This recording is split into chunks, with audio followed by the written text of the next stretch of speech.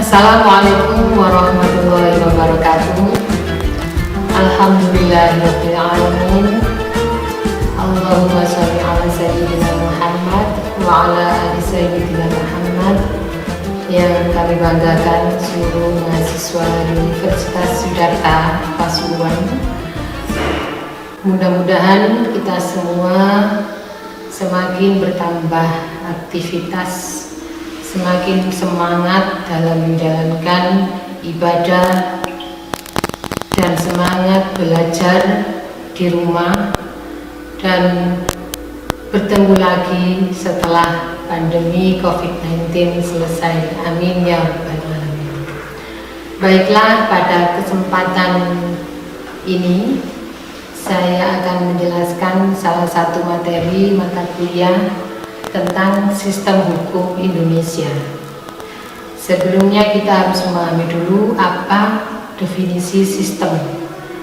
Sistem merupakan jenis satuan yang mempunyai tatanan tertentu, yaitu tatanan yang menunjuk pada suatu struktur yang tersusun dari bagian-bagian.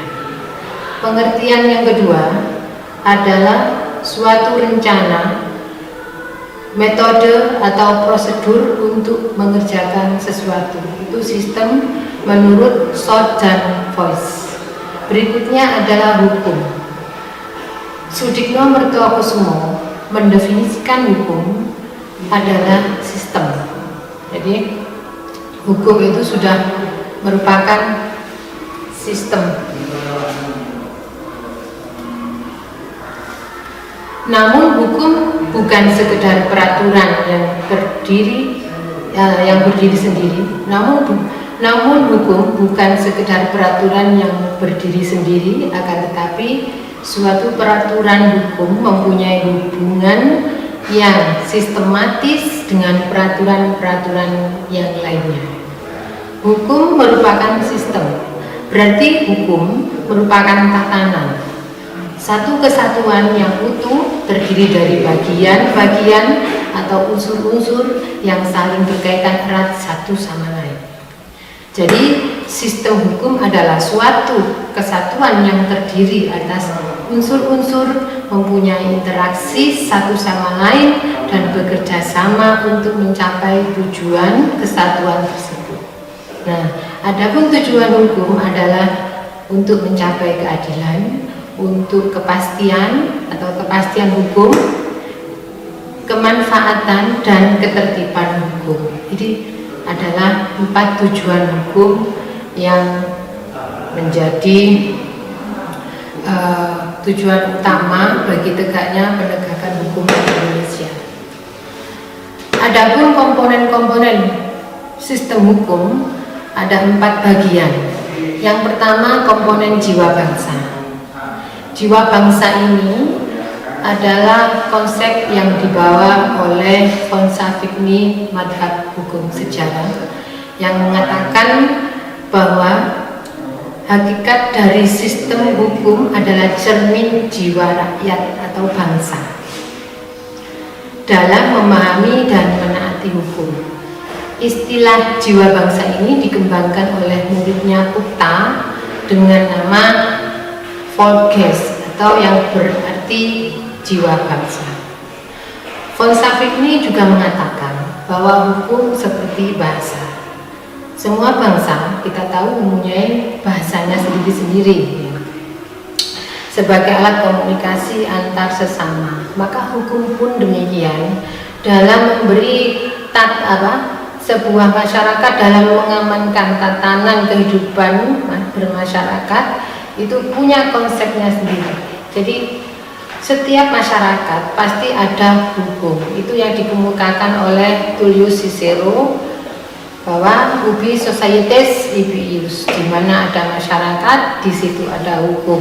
Jadi masyarakat yang satu dengan masyarakat yang lainnya punya konsep hukum yang untuk mengatur bagaimana masyarakat tersebut tertib. Di Indonesia, jiwa bangsa ini adalah Pancasila, yang merupakan ideologi bangsa dan menjadi sumber dari segala sumber hukum. Pancasila menjiwai konstitusi juga harus menjiwai peraturan perundang-undangan di bawahnya. Pancasila sebagai ground norm atau norma dasar dalam berbangsa dan bernegara itu adalah komponen pertama dari sistem hukum. Adapun komponen kedua sistem hukum adalah substansi hukum. Substansi hukum merupakan aturan-aturan atau norma yang ditaati dalam masyarakat. Nah, substansi ini dalam arti luas mencakup seluruh norma yang ditaati oleh masyarakat. Yang pertama ada norma agama. Norma agama ini ditujukan oleh sikap batin manusia yang berasal dari Tuhan. Norma kesusilaan juga ditujukan untuk sikap batin manusia berasal dari hati nurani. Jadi semua manusia sebenarnya punya konsep mana yang baik, mana perbuatan yang tidak baik. Itulah yang dimaksud dengan hati nurani atau naluri manusia. Kemudian norma kesopanan atau yang biasa disebut dengan norma hukum adat. Ini adalah norma yang muncul dari tantangan masyarakat adat, dari komunitas tertentu, dan ditujukan untuk sikap lahiriah. Jadi kalau norma agama dan norma kesusilaan itu ditujukan untuk sikap batinnya, tetapi norma kesusilaan dan norma adat dan norma hukum adalah ditujukan untuk sikap lahiriah. Karena dalam hukum adat dan hukum negara tidak diketahui apakah hatinya baik atau buruk, itu tidak mau tahu karena bukan ranahnya untuk menilai batinnya. Norma adat dan norma agama hanyalah melihat secara lahiriah. Jadi kalau seseorang punya rasa benci kepada orang lain, itu tidak bisa ditangani dengan norma hukum, tapi itu norma wilayahnya norma agama. Tapi ketika sudah muncul sebuah perbuatan memukul atau mencuri, memaki dan seterusnya, maka itulah wilayahnya norma hukum adat dan norma hukum. Nah, itu bedanya antara norma agama, norma kesusilaan, norma hukum adat dan norma agama. Berikutnya, substansi yang kedua ada norma hukum perdata. Hukum antar perorangan, antar individu, ya. Misalnya perkawinan itu masuk dalam wilayah hukum perdata atau hukum privat. Jual beli, sewa menyewa itu juga bisa masuk dalam wilayah hukum perdata. Berikutnya adalah komponen struktur hukum, yaitu seluruh struktur organisasi negara.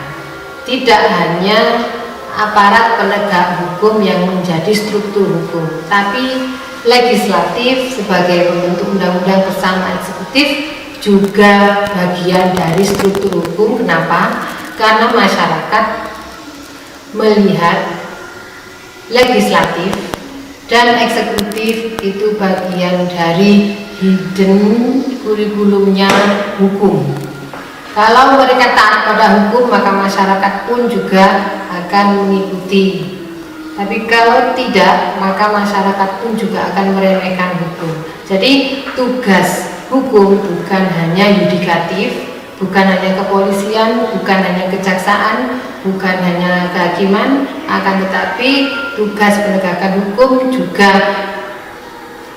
oleh legislatif dan eksekutif. Jadi ada 3 struktur hukum di sini: legislatif, eksekutif, dan yudikatif.